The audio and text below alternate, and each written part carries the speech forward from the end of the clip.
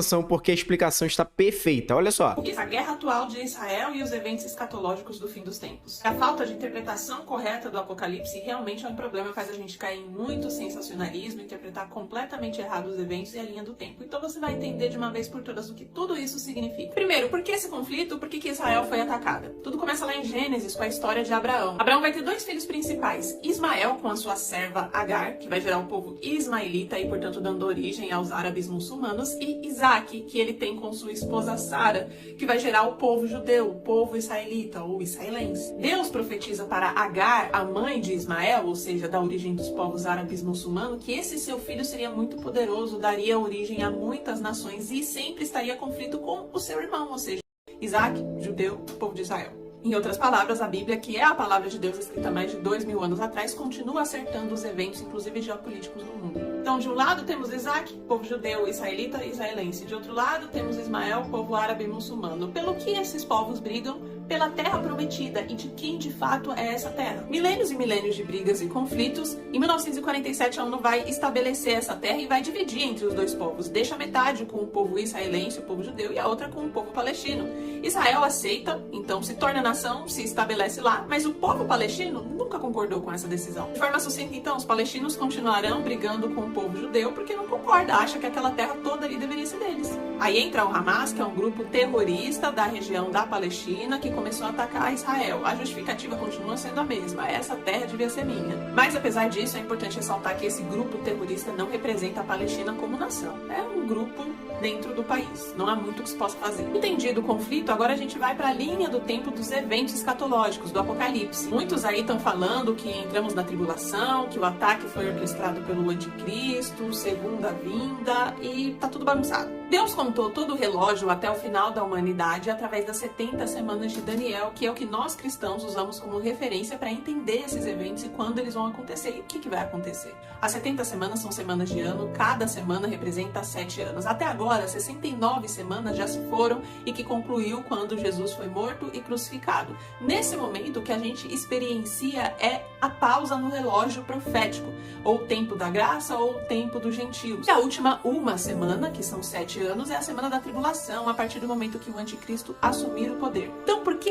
esse ataque, essa guerra a Israel não é tribulação, não é grande tribulação, não é anticristo? Porque o anticristo ainda não é o líder mundial. O que determina o início da tribulação é o anticristo colocado como líder mundial, assinando o acordo de paz. No momento que isso acontecer, que a gente tiver esse líder mundial, que tiver esse acordo de paz, aí dá início a tribulação e depois grande tribulação. Cada país ainda tem seu presidente, cada país tem sua nação, sua independência. Não obedecemos a um anticristo. Então, se o que estamos vivendo ainda não é a tribulação, o anticristo não tomou o poder, o que é essa guerra contra Israel?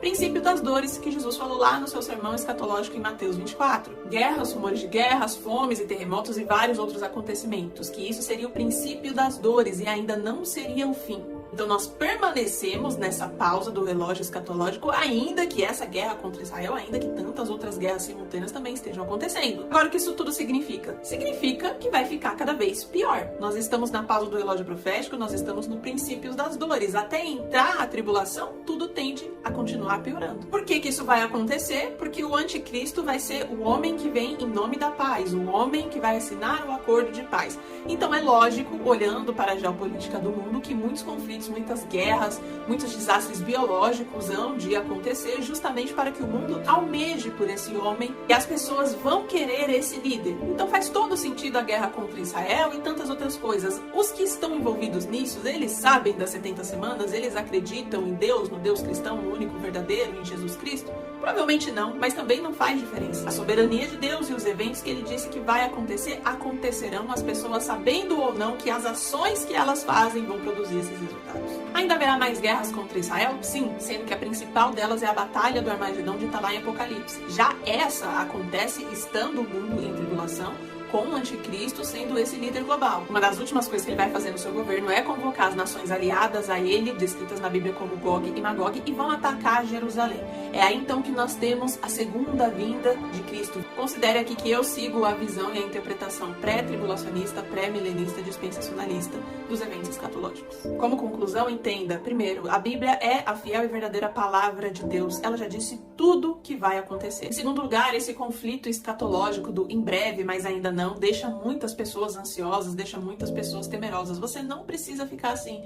Saiba que Jesus está voltando com poder, grande glória e majestade. Novos céus e nova terra nos aguardam. Então, compartilhe esse vídeo com quem ainda precisa entender essa guerra, precisa entender o Apocalipse e, principalmente, precisa aceitar Jesus. E perfeito, perfeitamente colocado, como eu falei, porque a Bíblia ela vai se cumprir, meu irmão. A Bíblia, ela não apenas contém a palavra de Deus, ela é a própria palavra de Deus. Aquilo que Deus fala, ele é fiel para cumprir, meu irmão. Vai se cumprir. Nós estamos caminhando para o grande desfecho final, que é o livro do Apocalipse. Nós estamos caminhando para o desfecho final. O mundo está se preparando. Isso é um fato. Isso dá para ver. Isso está muito perceptível, sabe? É muito bem falado ali, muito bem lembrado também sobre as 70 semanas do livro de Daniel, que nós estamos vivenciando essa pausa aí para entrar na última semana. Eu também sou pré-tribulacionista. Não acredito que a igreja passará pela grande tribulação. Acredito que seremos arrebatados antes. Aí tem gente que vai falar, mas Cristo vai perseguir quem? Porque se os cristãos não vão estar na terra, para que ele vai vir? Para que ele vai